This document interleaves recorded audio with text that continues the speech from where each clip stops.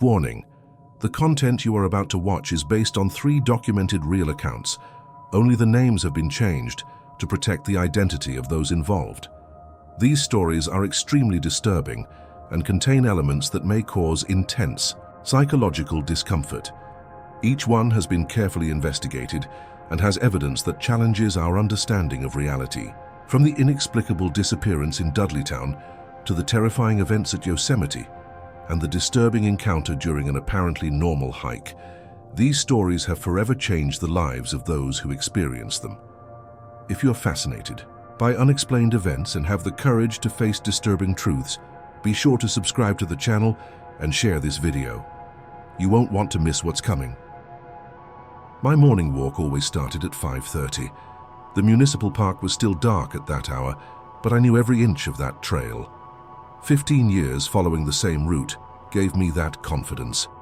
If I had known that morning would be different, I would have paid more attention to the signs. The first warning came in the form of a smell, not the usual scent of damp earth and vegetation. It was something metallic, sweet, that made my stomach turn. I thought I saw dark stains on the ground, but my flashlight wasn't strong enough to be sure. The second sign was the crows. Dozens of them eerily silent, watching from the treetops. Their eyes reflected my flashlight's beam like tiny black mirrors. I had never seen so many together, and never so quiet. That was when I saw the first drag mark on the path. Something heavy had been pulled along the trail, leaving a damp trail in the dirt. Drops of a dark liquid marked the way at regular intervals. My rational mind told me to turn back, but something compelled me to keep going. The body was arranged like a macabre work of art. The victim, a young woman who couldn't have been more than 20, had been positioned sitting against a tree. Her eyes were open, fixed on something beyond this world. Her expression was pure terror. I didn't hear his footsteps. He simply appeared, like a shadow taking solid form. He was tall, over 6'3", yet moved with an unnatural grace. He wore ordinary clothes, jeans, a dark jacket, but there was something profoundly wrong about the way he carried himself, as if his body didn't quite fit inside his own skin. "You're early today, Rebecca," he said, using my name like a sick caress. "I've been watching your walks for 3 months. Always so punctual, always so predictable." My blood ran cold. His voice was soft, almost gentle, with a faint accent I couldn't place. But his eyes were empty, like black holes swallowing all light and life around them. "Amanda was punctual too," he continued, gesturing toward the body against the tree. "Until our little session. Do you know how long a human body can stay conscious while being systematically taken apart? She lasted an impressive 47 minutes. Ran. My lungs burned as I pushed through the dense vegetation, abandoning the familiar trail. I could hear him behind me, not running, just walking calmly, whistling a childish melody that made my teeth clench. "Do you know why I chose you, Rebecca?" His voice echoed through the forest as if coming from all directions. "You have..." Her eyes. My sister liked to run too, until that day. That day our parents decided she was the favorite. I tripped over something soft. Another body, this one older, partially decomposed. The victim had precise surgical incisions, as if they had been methodically dissected. Their fingers were arranged in a specific pattern, pointing at something. Found his studio in a clearing. Bodies in various stages of decomposition formed a macabre circle. Each one had been modified in a different way. Limbs swapped, organs exposed, skin flayed with surgical precision.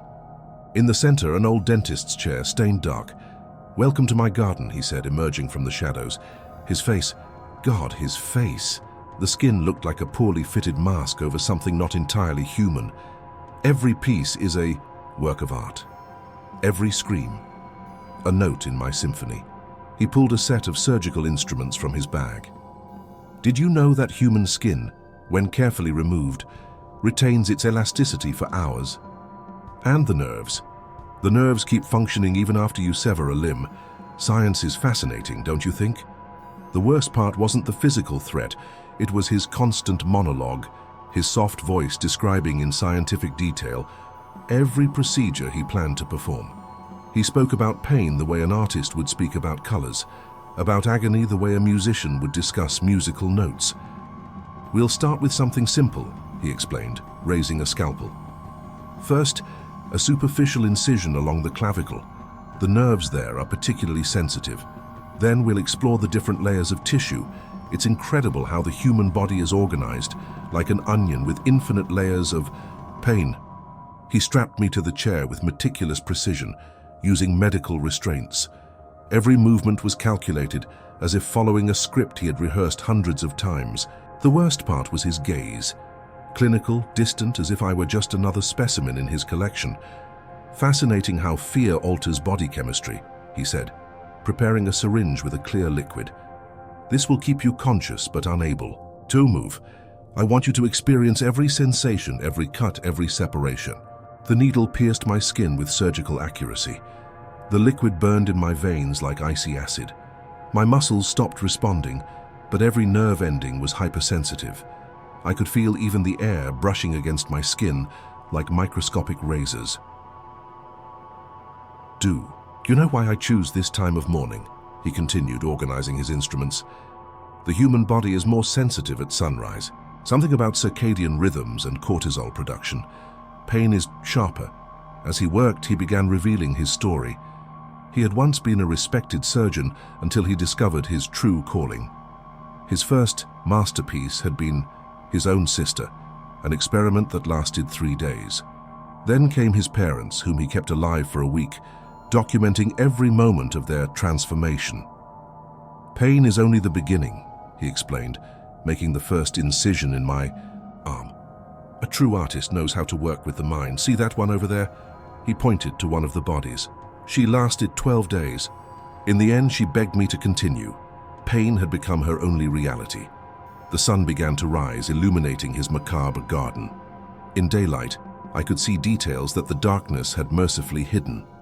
Each body had been transformed into a grotesque sculpture. Limbs swapped, organs exposed, skin stretched into impossible patterns. The gunshot came out of nowhere, a sharp crack that echoed through the clearing. The killer staggered, surprised, a red stain spreading across his chest, but he didn't fall. Instead, he smiled, a grin that split his face at an unnatural angle. "Police, on the ground now!" a female voice shouted. Detective Lisa Martinez emerged from the shadows, gun raised. She had been tracking a string of disappearances across 3 states, all following the same pattern. The killer moved with inhuman speed, throwing a scalpel that struck the detective's shoulder. More shots rang out. He kept smiling as bullets tore through him, as if they were nothing more than a minor inconvenience. "You don't understand," he said, blood pouring from multiple wounds. "This is only the beginning. There are others, like me, so many others, each with their own garden, their own gallery. We are the artists of a new era." His body finally collapsed, but the smile remained. In his pockets, they found a notebook detailing every procedure. More disturbing were the coordinates, dozens of them, marking locations across the country. Each one, we would later discover, was a similar garden. A year has passed. The physical scars have healed, but the mental scars are permanent. I can't sleep in the dark anymore. I wake up screaming, feeling the phantom of that needle in my veins, hearing his soft voice describing every cut. Detective Martinez is still hunting the others. She's already found 3 similar gardens, each more horrifying than the last. Every killer has the same unnatural smile, the same empty gaze, as if they were part of something bigger, something older and far more terrifying. Sometimes when an ambulance passes by, I hear that melody he used to whistle. Sometimes I see reflections of his face in dark windows. And sometimes I wake up with small, perfectly aligned surgical cuts on my arms, as if someone had continued his work while I slept. Because the most terrifying truth is this: he may be dead, but his art lives on. Somewhere right now, another artist is preparing their garden. And somewhere, an ordinary person is about to discover that real monsters don't look like monsters. They wear human faces, like poorly fitted masks over something far older and far hungrier. There were 5 of us at the start of the trail in Yosemite National Park. Me, Marcus, my childhood best friend, Sarah, his girlfriend, Derek, our experienced guide, and Rachel, an amateur photographer obsessed with unexplained phenomena.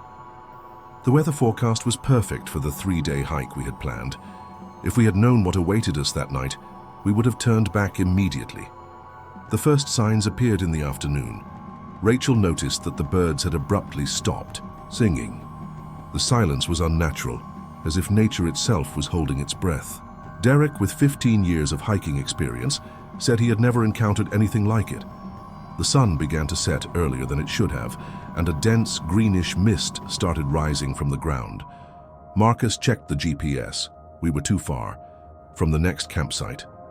The decision to set up camp right there was unanimous, though something in my instincts screamed for us to keep moving. We set up camp in a small clearing. Derek chose the spot with his usual expertise, high ground, protected by ancient trees near a small stream. But there was something wrong with the place.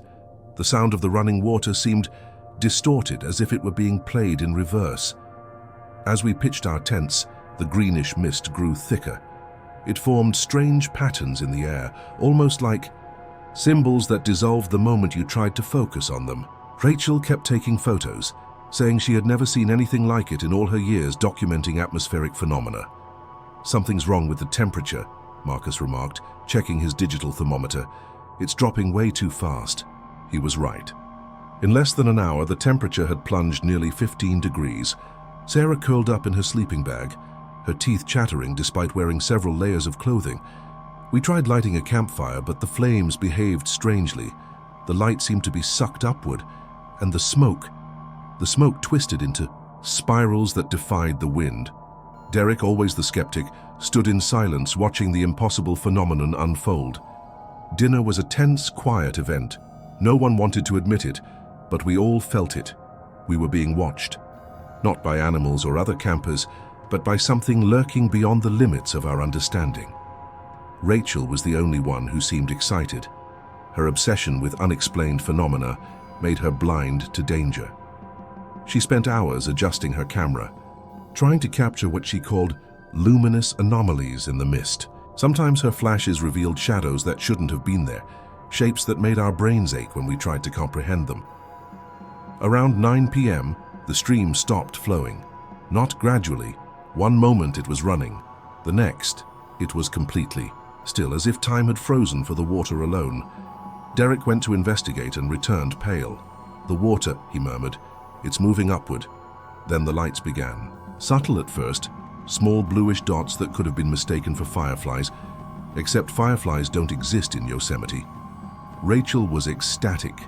She darted back and forth across the campsite, snapping photos frantically, ignoring our warnings. To stay close to the group. "You have to see this," she shouted at 10 p.m., her voice trembling with excitement. "The lights are forming patterns. It's like they're trying to communicate." Before we could stop her, she stepped beyond the illuminated area of the campsite, her camera flashing in the darkness. 5 minutes later, we heard her scream, a sound that started as surprise and ended as something not entirely human. Derek and I ran to look for her, while Marcus and Sarah stayed at camp. Our flashlights cut through the mist, which had grown even thicker and now seemed to glow with its own eerie luminescence. The smell had changed too, a metallic scent that made my tongue tingle. We found Rachel's camera lying near a clearing. The last photo, partially blurred, captured something immense and impossible hovering between the trees. The image made my eyes hurt as I tried to comprehend its distorted geometry. The lights started as small bluish dots floating between the trees. At first, they looked like fireflies, until they began moving in impossible geometric patterns. The air became electrically charged, making the hairs on our bodies stand on end. Marcus was the next to go. A beam of intense blue light struck him as he tried to use the emergency radio. His body went rigid, suspended a few inches above the ground. His eyes began to glow with the same eerie blue light before he simply vanished. Sarah screamed and ran into the forest. Derek went after her. I stood frozen, watching the lights draw closer.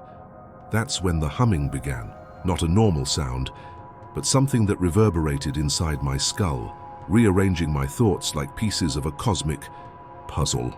The paralysis was the worst part. My body lifted from the ground like a puppet, but my mind remained completely aware. I tried to scream, but my mouth wouldn't respond.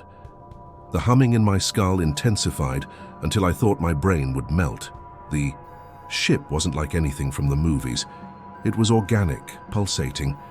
The walls seemed to breathe, covered in a substance that looked like living flesh fused with liquid metal. The air was thick and carried a scent that made my mind want to shut down, a mix of ozone with something sweet and rotten. I saw Marcus and Rachel suspended in chambers that resembled metallic wombs.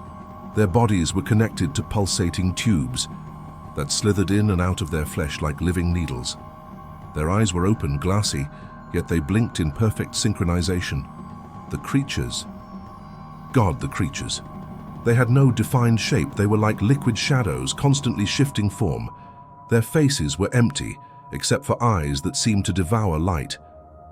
When they touched my skin, I felt as if my very soul was being invaded.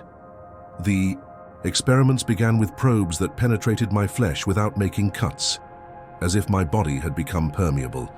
The pain was indescribable, not physical, but existential. Each insertion felt like they were studying not just my body, but my very essence. The worst part was the visions they forced into my mind. Images of impossible realities, dimensions that should not exist. I saw entire civilizations rise and fall in seconds, saw time fold upon itself, saw the true face of the universe, and it was staring back at me. At some point, they began to communicate. Not with words, but by embedding concepts directly into my brain. I learned things no human was ever meant to know. I understood their true purpose on Earth, why they study us, why they fear us and crave us at the same time. The most disturbing memories are of the other specimens I saw in the adjacent chambers. Not all of them were human. Some seemed to have once been human, but had been modified in ways that defied sanity. Their silent screams echoed in my mind. Sarah was in one of the chambers, her body covered in glowing symbols that seemed to move beneath her skin. Her eyes had been replaced by something that pulsed with its own inner light. When she looked at me, I saw infinite cosmic knowledge and pure terror fused into one. Dawn found us scattered across the forest. I woke up naked, covered in dew, with a metallic taste in my mouth. My body was marked with intricate geometric symbols that seemed to shift and change when observed directly. We found Marcus first, curled up in a fetal position near a tree. His hair had turned completely white. Rachel was hanging from a high branch, unconscious but alive. Sarah sat by the edge of a stream, obsessively drawing impossible symbols in the dirt. Derek was the only other one who retained any memories besides me, but he had gone completely mad. He won't stop murmuring about the eyes that devour light and the knowledge that burns. He's institutionalized now, his walls covered in drawings of the same symbols that appeared on our bodies. No one believes our story, of course. The official reports mention hypothermia and hallucinations caused by wild mushrooms. They completely ignore the markings on our skin, the changes in our DNA, the microscopic implants found in our brains. Marcus no longer sleeps. He says that every time he closes his eyes, he sees those impossible dimensions. Rachel has developed extreme sensitivity to light and now lives in near total darkness. Sarah keeps drawing those symbols, now using her own blood when she runs out of other materials. As for me, I'm the only one who retained full memories of that night. Sometimes I catch my reflection moving half a second too late. Sometimes I wake up floating above my bed. And the dreams are always of those empty eyes and the terrible knowledge they forced into me. The worst part isn't what happened that night, it's what's coming. The creatures planted something in our minds, a dreadful understanding of what is approaching. Each night more lights are seen in that area of the park. Each week, more. Hikers go missing. I met Sarah yesterday. The symbols on her skin now glow in the dark, and she told me something deeply disturbing. We weren't chosen randomly. We're part of something bigger, a long-term experiment. And soon, very soon, the final phase will begin. I write this as a warning. If you see strange lights while hiking, don't stop. If you hear a humming inside your head, run. And if you find impossible geometric symbols glowing in the darkness, it's already too late, because they're coming back, and this time they're not just here to observe. Postscriptum, found on the phone of one of the 5 missing hikers in Yosemite National Park. Authorities note that the device shows inexplicable levels of radiation, and that the symbols mentioned in the text occasionally appear on the screen, even when the phone is turned off. The first thing I noticed when I started the trail in Dudleytown was the smell. It wasn't the usual scent of a forest. It was something more primal, more visceral, a stench of ancient death mixed with something metallic that reminded me of coagulated blood. My hiking backpack weighed on my shoulders as I moved through the first stretch of the path. GPS, thermal camera, survival gear. 15 years of exploration had taught me to be prepared, but nothing could have prepared me for what I would find on that trail. The first body was partially buried near an old tree. At first, I thought it was a dead animal, but when my boot pressed against something soft, I saw it was a human hand emerging from the earth. The skin had a greenish hue, swollen with decomposition, marked with clear bite marks, not from animals, but human. The fingers were positioned as if they were still trying to dig their way out. Following protocol, I attempted to contact the authorities, but my phone had no signal. The GPS displayed only static, and my compass spun wildly, as if there were multiple norths. I decided to mark the location and move forward, a mistake that would haunt me forever. The trail grew denser and the air heavier. My fluorescent markers were the only spots of color in a world that seemed drained of life. The silence was absolute, except for the wet sound of my footsteps and a distant hum that seemed to come from inside my own skull. The clearing looked like something out of a nightmare.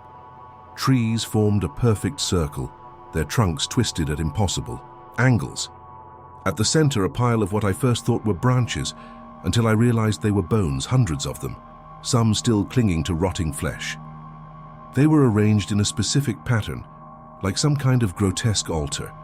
Among the bones, I found evidence of disturbing rituals, rusted tools still stained with dried blood, old photographs depicting people in extreme states of torture, their faces frozen in expressions of pure agony. But the most unsettling discovery was the journals, dozens of them, written by different people over decades, each documenting their own descent into madness and violence. One diary, dated 1987, described, in graphic detail, how its author gradually lost his sanity after discovering something deep in the forest. The final pages were written in what was clearly blood, describing how he began feeding on other hikers, convinced he needed to feed the trees. I continued down the trail, my flashlight slicing through the ever-thickening darkness. The air had become so dense that each breath felt like inhaling syrup. That was when I noticed the first change in my body. Small cuts on my hands began to pulse with a dark liquid that wasn't blood. The substance reeked of decay, and when it dripped onto the ground, small black fungi sprouted instantly. The next encounter nearly made me vomit. Standing in the middle of the path, partially fused with an ancient tree, was a body. Not a normal corpse. The person was still alive, their flesh grotesquely merging with the wood. Their bloodshot eyes locked onto mine with terrifying clarity. "You will join us too," the thing said, its mouth opening at an impossible angle, revealing a pulsating mass of roots where its throat should have been. They always need more flesh for the trees. The trail led me to an area that had clearly been used for rituals. Bodies were piled in deliberate formations, some fresh, others in various stages of decomposition. The worst part was their expressions, not of fear or pain, but of twisted ecstasy. Their mouths were open in grotesque smiles, their teeth replaced by small, sharp branches. Among the corpses, I found evidence of unspeakable practices. Torture tools mixed with ritual implements, all covered in dried blood and something that looked like black sap. Scattered photographs documented the transformation process, people being fused alive into trees, their flesh melding with the wood in a process that clearly lasted days of agony. An abandoned video camera was still functional. The footage showed a group performing a ritual. They cut pieces of their own bodies, feeding the trees with their flesh, while chanting in a language that made my ears bleed. The most disturbing part was how the trees responded.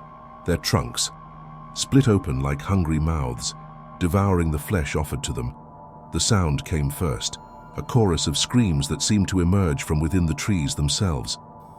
As I shined my flashlight against the trunks, I saw faces pressed into the wood, as if people were trying to escape their own coffins. Some still moved, silently begging for help. The creatures that emerged from the darkness defied sanity. They were vaguely humanoid, but their forms were wrong. Extra limbs sprouting at impossible angles, skin fused with tree bark, additional mouths opening and closing across their torsos. Some still wore tattered pieces of hiking gear, suggesting that they had once been explorers like me. "Welcome to our garden," one of the creatures said, its voice layered with dozens of overlapping whispers.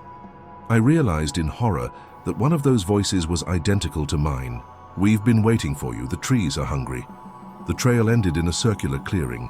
At its center, something resembling an organic portal pulsed with a sickly light. The trees surrounding it were warped, their twisted forms resembling bodies frozen in impossible positions. The ground was covered in a mass that looked like living flesh, pulsating in a rhythm disturbingly reminiscent of a diseased heartbeat. That was where I found the book. Old, bound in something that looked horribly like human skin, its pages revealed the truth about Dudleytown. The forest was a gateway, a point where something ancient and ravenous had found its way into our world. The trees were its extensions, each one fed by decades of human sacrifices. Scattered throughout the site were journals, each telling a different horror. Hikers who, like me, had stumbled upon this place. Some had willingly joined the cult after witnessing the truth. Others had been forced to take part in the rituals, their bodies slowly transformed into vessels for something that should never exist in our world. My attempt to escape down the trail was interrupted when my body began to change. It started with my legs. The skin tore like wet paper, revealing not muscle and bone, but a writhing mass of roots and living wood. The pain was indescribable, as if every cell was being rewritten by something ancient and starving. I collapsed near a tree and watched as my fingers began to stretch, my nails transforming into small branches that clawed at the soil like thirsty roots. Through the torn flesh, I could see my bones reshaping into wood, the process accompanied by wet cracks and the stench of decay. The worst part was the awareness. I felt every second of the transformation. My skin hardened into bark, splitting and bleeding a dark sap that bubbled with tiny, writhing things. My eyes began to melt, dripping down my face like black tears, only to be replaced by something that allowed me to see in ways a human brain was never meant to process. Now I could see the true nature of the forest. Each tree was a prisoner, its consciousness still intact after decades or centuries of torment. I could see the souls trapped within the wood, their mouths forever open in silent screams. Some still retained traces of humanity, begging for death. Others had become something far worse, something beyond madness. The cult emerged then, stepping out of the shadows like nightmares made flesh. Their bodies were a fusion of human and plant matter, twisted into impossible patterns. Some had multiple faces, each frozen in different stages of transformation. Others were nothing more than amorphous masses of flesh and wood, pulsing with unholy life. "Do you see now?" the leader asked, his mouth splitting open vertically to reveal endless rows of rotting wooden teeth. "This is not a forest, it is a womb.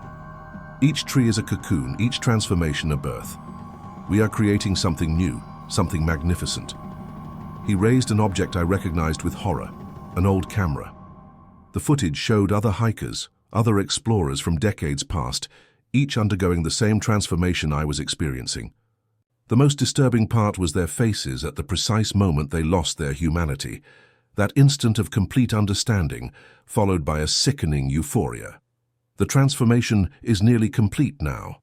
My organs have been replaced by a mass of roots and fungi, pulsing with a life of its own.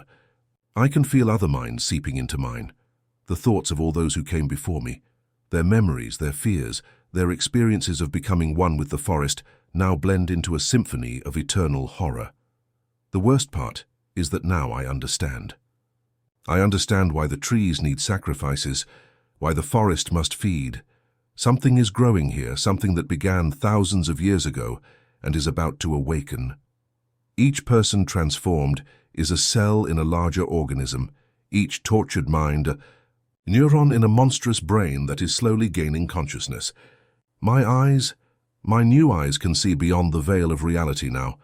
I see the black energy threads connecting every tree, every victim absorbed. I see the greater pattern, the final purpose of all this horror.